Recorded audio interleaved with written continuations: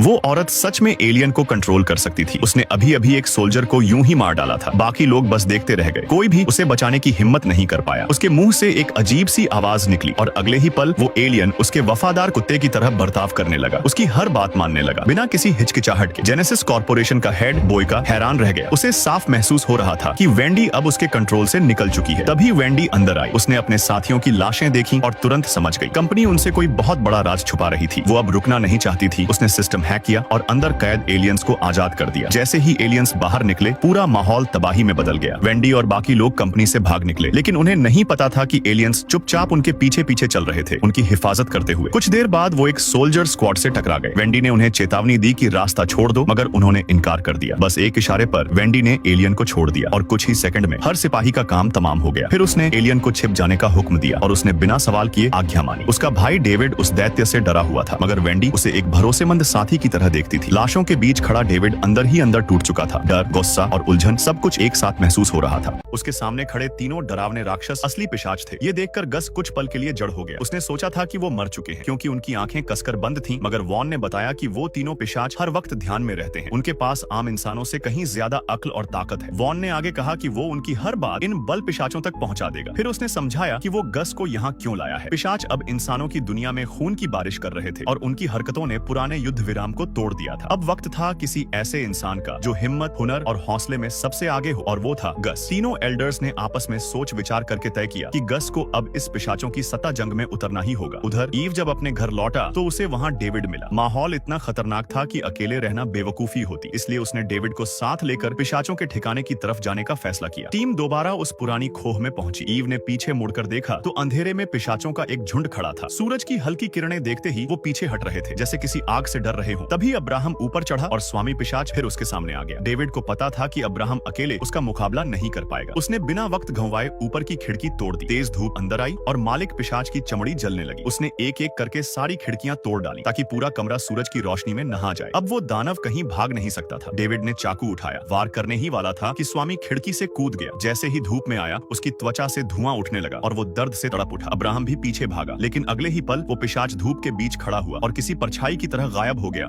उसे robot charging area में कुछ गड़बड़ महसूस हुई। चार्जिंग स्टेशन 206 के ठीक सामने एक चमकती हुई स्टील शीट लगी थी, इतनी साफ पॉलिश की शीशे जैसी दिख रही थी। वो झुककर देखने लगा कि आखिर ये रखा क्यों गया है। तभी उसके दिमाग में सवाल उठा, क्या रोबोट सच में अपने प्रोग्राम्ड रूल्स को तोड़ सकते हैं? क्या वो खुद को आईने में देख सकते हैं? सोच ही रहा था कि तभी एक रोबोट अंदर आया खुद को चार्ज करने के लिए। उसने नजर उठाई, यूनिट नंबर 206 वही। डेविड का दिल एक पल को थम गया। उसने अटैक मोड कैंसिल किया और बस खड़ा रह गया। 206 ने जैसे कुछ महसूस किया, धीरे धीरे मुड़ा और सुरंग की तरफ बढ़ गया। जाते जाते उसने एक बार पीछे मुड़कर डेविड की तरफ देखा। कुछ सेकंड तक दोनों की नजरें मिली, फिर वो गायब हो गया। डेविड ने पीछा किया। सुरंग के अंदर एक लोहे के दरवाजे से धुआं निकल रहा था। 206 ने जाते जाते दरवाजे को वेल्ड कर बंद कर दिया था। वो आगे बढ़ता गया, ये सोचते हुए कि ये दरवाजा आखिर कहाँ जाता है। कुछ देर बाद वो सुरंग के एग्जिट तक पहुंच गया। सामने था डेंजर जोन। जैसे ही वो बाहर आया कंपनी की सेफ्टी कवच खत्म हो गई। बाहर सब कुछ उजड़ा हुआ था। उसे एक कूड़ेदान के पास किसी आवारा की लाश मिली। तभी अचानक गोलियों की आवाज गूंजी। डेविड ने चिल्लाकर अपनी आइडेंटिटी बताने की कोशिश की, मगर गार्ड्स ने सुना तक नहीं। शहर की हद पार करते ही हर इंसान टारगेट बन जाता था। थकर वो एक पुराने शिपिंग कंटेनर में छिप गया, पर अंदर जो उसने देखा वो और भी हैरान कर देने वाला था। वही मरम्मत यूनिट 206 वहाँ पहले से थी। 206 के हाथ में एक छोटा मेटल बॉक्स था। डेविड ने पूछा, ये क्या है? कोई जवाब नहीं। बस उसने बगल में रखा पेट्रोल गिराया और वेल्डिंग टॉर्च चालू कर दी। वो बॉक्स के साथ खुद को जला रहा था, कुछ छिपाने के लिए, अपनी प्रोग्रामिंग के खिलाफ जाकर खुद को नुकसान पहुंचा रहा था। डेविड के लिए ये समझ से बाहर था। आखिर एक मशीन ऐसा क्यों करेगी? 206 को बाद में लैब वापस लाया गया। इंजीनियरों ने डेविड की एक न मानी। बोले, रोबोट कोड में मिस्टेक्स नहीं होती। उन्होंने जले हुए बॉक्स से कुछ सेंसर पार्ट्स और एक न्यूक्लियर बैटरी निकाली। इतनी रेयर चीज, पर रोबोट के लिए पूरी तरह बेकार। असल में ऐसी बैटरी की एनर्जी इतनी ज्यादा होती है कि वो किसी भी रोबोट के कोर को ओवरलोड कर जला सकती है। फिर भी इंजीनियर ने उसे डायग्नोस्टिक सर्किट से जोड़ दिया और 206 की आंखें फिर से जल उठी। डेविड ने झट से पूछा, इस बैटरी को मॉडिफाई किसने किया था और पेट्रोल से क्यों जलाया गया? 206 बस कुछ बोलने ही वाला था कि अचानक उसके सिस्टम में शॉर्ट सर्किट हुआ। आंखों से ऑयल की 2 धारें निकली जैसे वो रो रहा हो, और फिर कोर पूरी तरह बर्न हो गया। डेविड ने हार नहीं मानी। रात को उसने इंजीनियर से दोबारा बात की। उसने कहा, क्या ये मुमकिन है कि किसी ने रोबोट के बेसिक रूल्स को ही बदल दिया हो? उसने कहा, तकनीकी तौर पर इम्पॉसिबल। रोबोट का कोर कोड क्वांटम एन्क्रिप्शन में लिखा होता है। उसकी सिक्योरिटी वन वे चैनल पर होती है। अगर कोई उसे मॉडिफाई करने की कोशिश करे तो कोर खुद ब खुद फट जाता है। 1000 साल बाद भी इंसान ये नहीं कर पाएंगे, उसने कहा। पर डेविड के अंदर कुछ जल रहा था, जल्दी प्रमोशन की चाह और अपनी बीवी को इस रेडियो एक्टिव शहर से बाहर निकालने की उम्मीद। उसने खुद जांच जारी रखी।